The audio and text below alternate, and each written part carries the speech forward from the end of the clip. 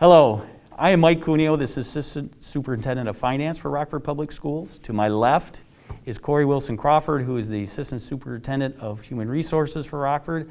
And then to my right is Mike Ram, who is the Assistant Superintendent of Curriculum for Rockford Public Schools. And we thank you for this opportunity that we can speak in front of you. Dr. Scheibler is on a well-deserved vacation this week and will be coming back later in this week, so we have taken this opportunity to speak to you into the different areas that we oversee for the weekly video. So welcome back everybody from spring break. I hope everybody had a restful time away. I know I did, and one of the things we want to talk to you about as it deals with operations and such, last week the governor came out with her recommendation last Friday that school districts consider going virtual for the first 2 weeks after spring break. And also cease all sports participation during that time frame as well. One of the things that Dr. Scheibler and our Board of Education continually to stress is that face-to-face education is the best way to educate children, both not only from an academic standpoint, but also from a social and emotional standpoint. So we look at these things very closely in terms of what sort of matrix are being utilized to measure Rockford Public Schools and making our determination as to whether or not that we would go virtual or not virtual. Corey Wilson Crawford here in a second will be talking a little bit about some of the different data points that we are looking at and going through some of the different rates that we are seeing within Rockford Public Schools. But I do want to stress to the public that from an operational standpoint, we continue to thoroughly clean the classrooms during the day. At the elementary level, those classrooms are basically cleaned and wiped twice a day with a thorough cleaning at night. The restrooms are cleaned twice a day. At the secondary level, all desks and chairs are wiped after every class period and thoroughly cleaned at night as well when everybody's gone. And even transportation. After every bus run that we have, seats are wiped down and the buses are thoroughly cleaned at the end of the day. So we continue to look at different ways that we can maximize the efficiency of cleaning and also making sure that we are keeping kids safe while they are in school. With that, I will turn it over to Corey Wilson Crawford to talk about some of the particulars of the COVID rates. Well, thank you so much for the opportunity to be able to speak to you about not just our COVID rates, but HR functions in the district. It's a pleasure to serve in Rockford, and I am so grateful for the community here. So in speaking about our COVID rates, it's important to note that we are in communication with the Kent County Health Department, also with other local superintendents in the area and the MHSAA as we make these decisions. We do have a robust COVID response team here at Rockford Schools that's headed up by Kelly Thieker and Scott Beckman. And together we're all working and looking at rates and trends to ensure that we can give our kids the best education that we can, and hopefully in that face-to-face modality. Right now we're tracking some things that will help inform our decisions. One of those things is the pop-up rates from some of the pop-up testing sites that have been implemented over the last couple of days. And so we'll have a meeting later this week with the Kent County Health Department to talk about those pop-up rates distributed by zip code, and we'll have a good idea of exactly where we're falling. I also want to share with you a statistic that we have from our own in-house testing of student athletes. On Monday of this week, we had the opportunity to test 875 student athletes using a rapid antigen test. And the results of that test were we did find 8 student athletes, who needed to be sent out for PCR testing to see if in fact they might be positive for COVID. But again, 8 out of 875 seems like a number that is positive for us. I also want to take an opportunity to talk with you about the upcoming hiring season at Rockford Public Schools. Right now, we have 43 job opportunities available on our website, and we're going to be hiring people to join our team of over 1,000 employees to fill those 43 vacancies. It's important that you as a community member know that we are actively seeking great people to join our team. If you have a network outside of Rockford or in Rockford of people that you might like to send our way, you can send them to our website where they will be able to find those job opportunities in the upper right-hand corner.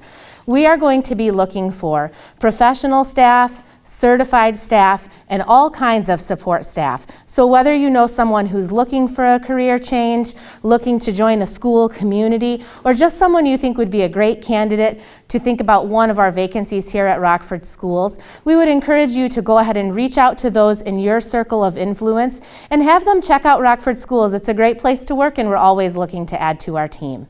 And with that, I'm going to turn it over to Mike Graham, and he's going to talk about some curriculum initiatives. Well, hello, Rockford. My name is Mike Graham again, and I'm here to provide you with an instruction and curriculum update.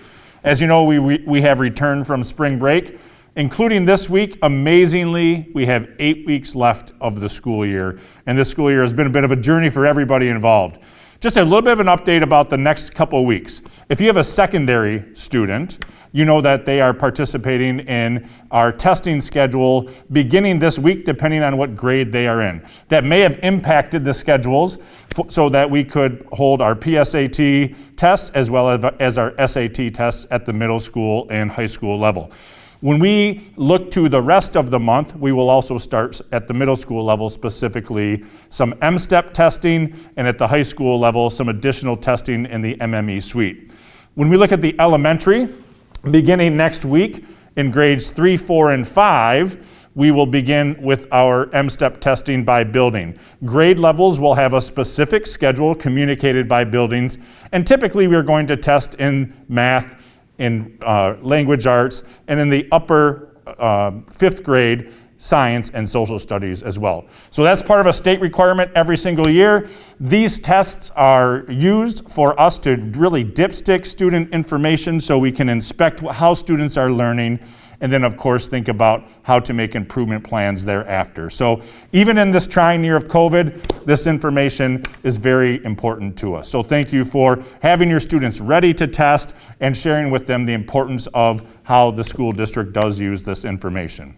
Also, when we think about just the COVID influence on instruction, we know that oftentimes students have been asked to quarantine or perhaps not attend school because of symptoms or other COVID-related absences. So thank you for your partnership in working through this with our district this year. We feel like this process of having connection to the classroom has evolved. And just as a reminder, when we think about our Google Meet connections to the classroom, or sometimes having to move to remote learning, even in the elementary school, we're going to make sure that a student that is on a quarantine situation does have an opportunity to Google Meet into the classroom for that live instruction component. So again, it has been a bit of a partnership in using this new procedure this year. Special thanks to you, special thanks to our teachers for making these adjustments. Ensuring a high quality of education for our students is our most important priority.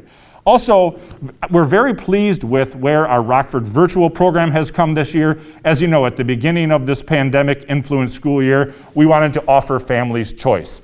And that program has been tremendously successful, and again, also grown as we all have in our practices this year too. So special thanks to those families and to those students and to those Rockford virtual teachers for making that experience so important and so valuable to those students as well too. Finally, as we look at the remaining 8 weeks of the school year, we'd just like to help everybody and ask everybody to say, let's finish strong together. We know that there's probably going to be some challenges in the end of this year, but the end is coming, and we're going to make the most out of it together. So thank you very much from the Instruction and Curriculum Department. We appreciate your partnership, and we appreciate the opportunity to partner with you to influence your child in his or her educational journey. Thank you. One of the things that the Board of Education and Dr. Scheibler have always stressed is that the community and staff make a great district. Our staff has shown incredible fortitude this year in dealing with the pandemic. They continue to rise to the occasion and providing resources for our kids in making sure that they are successful learners.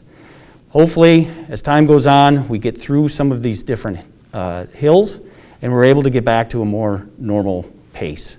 But on behalf of Corey and Mike and the Board of Education and Dr. Scheibler, we want to say thank you to the staff, and we appreciate the time that we can speak to the public on during Dr. Scheibler's absence. So thank you, and next week Dr. Scheibler will be here giving his normal report, and we hope you have a good, strong end of the year.